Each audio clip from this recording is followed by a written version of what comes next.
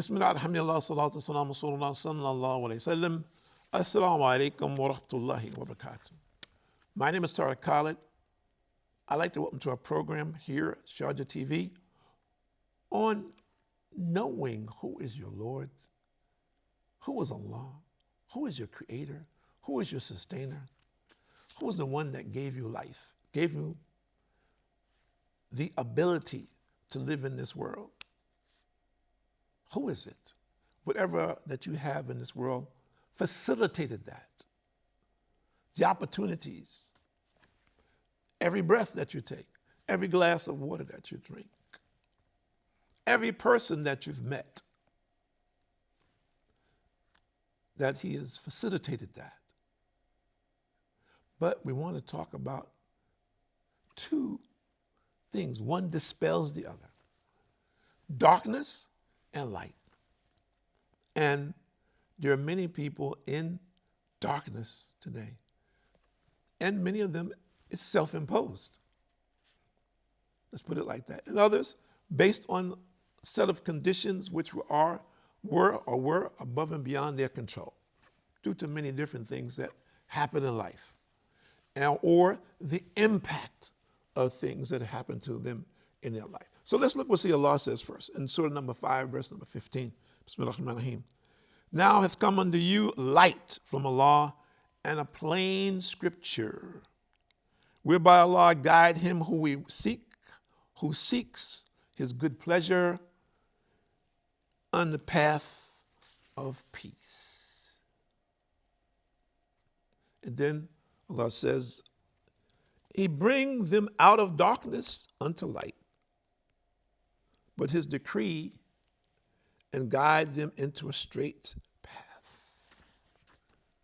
So let's go over some of the things that are darkness. Let's look at that. And let's see if anybody out there, if you know anybody who fits into this description. He who does not recognize the creator of all things is in darkness. And people say, well, what do you mean by that? Well, if you're a person, let's take example, an atheist. He is in darkness. He says, well, this man is, he's an atheist, but he's one of the most brilliant people that I know in his field, his chosen field. He's brilliant. He's one of the leaders of the world and so on and so on. So, yes, in his career path, maybe so. But in his relationship with his Lord and sustainer, he's zero. And the first thing that he should realize is that his capabilities, his intellect, where'd it come from? People says, well, I studied very hard. I pulled myself up by my own bootstraps. I was raised in very poor and this and or I was sick child. You see all of these stories. I was crippled. I was blind. I was deaf, so forth and so on. You hear the stories. And of course, we're sensitive to this and we respect that. But the bottom line is the willpower that person has to excel and surpass where most people who have all of their for lack of a better description, all of their faculties do not do. Where'd it come from? What is the essence of that energy? That is something that is, we can say, it's unseen. But the person who is in darkness is the one who has done all the things and doesn't realize that this was a gift from God. And on the other side, if he didn't have those physical challenges, would he have made that kind of effort? It's easy for the person to say it, I did this because of the challenges I had. I set my mind on targets, and I focused on those targets, and as a result of that, I excelled in my life. And now people are promoting that person because of what they've done, which is an accomplishment, and we're not denying that. But what is the essence of that? Where is this? Do we really understand that dynamic? Have we looked and into ourselves? Have we looked at our relationship with our Lord? Do we see it within this context? Because a person that doesn't have belief cannot understand this dynamic. And a person who does have belief knows exactly how he accomplished what he accomplished, how he did what he did. And he realizes that it is only by Allah's permission, only by God's permission was he able to dig deep into himself and do the things that he did in this world. And that it is still totally invalid for him as an individual if other people benefit from that which he has done and he becomes the loser. That's darkness. What does it mean? That Allah has shone the light in a particular area of distinction for an individual, but that person himself is in darkness. He doesn't perceive above and beyond the darkness that he is in. He is like someone who is in a locked-in room, an example. And as far as communicating with us, we perceive one thing, but actually he's locked in a room that he can't get out of. He can get out of it, but he's locked himself in this due to his own mentality. And that will be his demise, unfortunately. And there are many people historically who have died in this condition. And I don't want to name people, but we find that there are many people, and you can see there are many cases of people, for example, who are very, very wealthy, or they would, by our common terminology, geniuses in a particular field. But the other aspect of their life was zero. And they died in that condition. They had one extreme, very high, and the other in total darkness. So we're saying, whatever your status may be, whatever your capabilities may be, you don't know who is your Lord. You don't submit yourself to your Lord, then you're in darkness, in a very deep, deep pit. And if you don't make effort on this, it will not be just this temporary existence that we have here, which is limited, which we promote as though it is everything. But it is only one very, very small part of our total existence. That the person who just dwells on this existence, he is lost.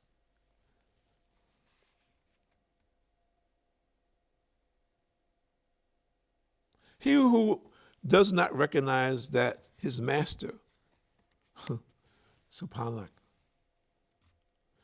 who is aware of everything that he does not realize that he was created. He is also another person that is in a deep, dark pit. And we have many people, as you well know, who are extremely egotistical, extremely arrogant. And some of them, of course, they come before us all the time. And people succumb to this arrogance either by force or by choice, because they're receiving something from promoting this person, for lack of a better description. But that person's in dark, dark pit. One of the things that Allah doesn't like is arrogance. And He would not allow a person to enter paradise who has the smallest an atom's weight of this. So this is a challenge for all of us to overcome, isn't it? to humble ourselves, to realize that whatever we've been given, regardless of how hard we've worked, that it is a gift from Allah. And to be thankful for that and humble ourselves to it, that whatever we have, it can all be taken away from us. And of course, ultimately our life will be taken. So that means everything that we have had in this world, and the Prophet ﷺ, he said more or less, all that we have belongs to someone else except that which we have sent, that which we have used, or that which we have sent ahead. Meaning that whatever we have in this world, that if we haven't used it, or if we haven't used it meaning for the benefit of humanity, someone else will get it. When we leave people, in many instances, if you have something of value, that many times people fight over. They cheat, they lie, they steal to get what has been left in a will by someone, or which someone has left behind, which he didn't make a will for. As we well know, we see this still happening today. You know, huge lost cases going on for years about what someone has left behind from their family members. We see it all the time. So what is our condition in relationship to this? Where do we stand in knowing that we are a creation, that we have been created, and we have been created for the sole purpose of worshiping our Lord, and he has given us many things in this world, and Allah says more or less that this world is a distraction. So how distracted are we by the material things? Meaning those that we have and those that we desire. If we don't have anything or very little, what will we do to get more? If we give a man a river, does he want another river? If we give a man $1 million, does he want another million? If you give a man a mountain of gold, does he want another mountain? Time and life and experience and history proves that. That man will continue on. He will never be satisfied with the things of this world, because the things of this world are temporary. The enjoyment is temporary. So as a result, we become intoxicated with the things of this world, and that intoxication, it will succumb. So then we get intoxicated again, and we continue until what happens? Talk to anyone who has been an alcoholic or drug addict. They will tell you, I didn't feel the way anymore that I used to feel, so I continued. I use more and more and more, and I combine this and that, and as a result, I just found myself lost, out of control. And after a while, the person was getting no pleasure, if you want to use that as a description, from whatever it is that they were using. So this world is the same way. It is an intoxication in the things which we become inclined towards can destroy us. So what is it that we need to do to correct ourselves? Turn our faces to our Lord. Turn your face to your Lord and look and see the ocean that will open for you. Endless, okay, in relationship, and of course, comparatively speaking, to this world. If you don't realize the purpose of your creation in this world, you're lost. You're lost.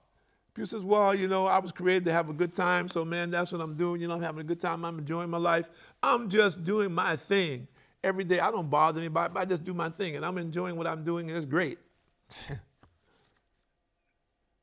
You have no recognition of who is your Lord, what it is that you should be doing in this life other than that, how you should interrelate with other people, what should be the purpose of that, how you should assist those whom you can in the way that you can with whatever means and methodologies that you have. That is a benefit for you in this world and hereafter. Or is it just, well, it's just my thing, I'm just doing my world. I'm in my own little world here. And unfortunately, there are many people like that. Guidance, true guidance, comes from Allah. And in that guidance is the light that shines to take us out of darkness. And many people are trapped today and have been trapped historically, trying to seek this guidance in another way. Let's take a guy, he decides he wants to climb mountains. And I'm not against somebody who wants to climb mountains. It is a challenge. It's a capability. It's fine. I'm not attacking mountain climbers or rock climbers. There's a lot of guys and girls who do that. But what about the one who created it? If you think about that, what about that? This is a challenge for you. You're facing that challenge. You're pitting your skills against the mountain. As an example, what about the one who created the mountain? Do you think about when you look at the mountain, would you think about, wow, look at this. Whatever you've seen, what you feel when you accomplish coming to the top. That feeling of success, where does that come from? It's a feeling. Where does it come from? Your capability to develop the skill sets that is required, where does it come from? Are you giving recognition to that?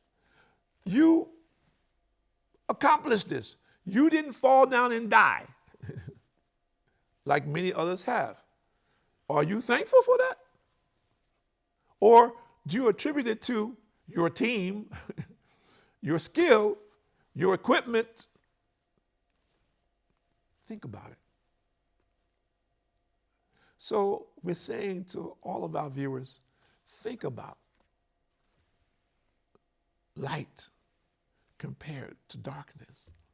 Make a choice today. And I'm sure there are people out there who are listening, they need to make choices. And if you know people who need to make these choices, offer them the light. Show them the light. That this is the escape from whatever it is that they feel themselves locked into. And the light is to know your Lord, to worship him in the way that he has ordained for him to be worshiped. My name is Tariq Khalid. I'd like to thank you for joining us here at Sharjah TV on getting to know your Lord, knowing Allah, your creator, your sustainer. Now, while there is time, shine a light on somebody's life for the sake of your own soul. Assalamu alaikum wa rahmatullahi wa barakatuh.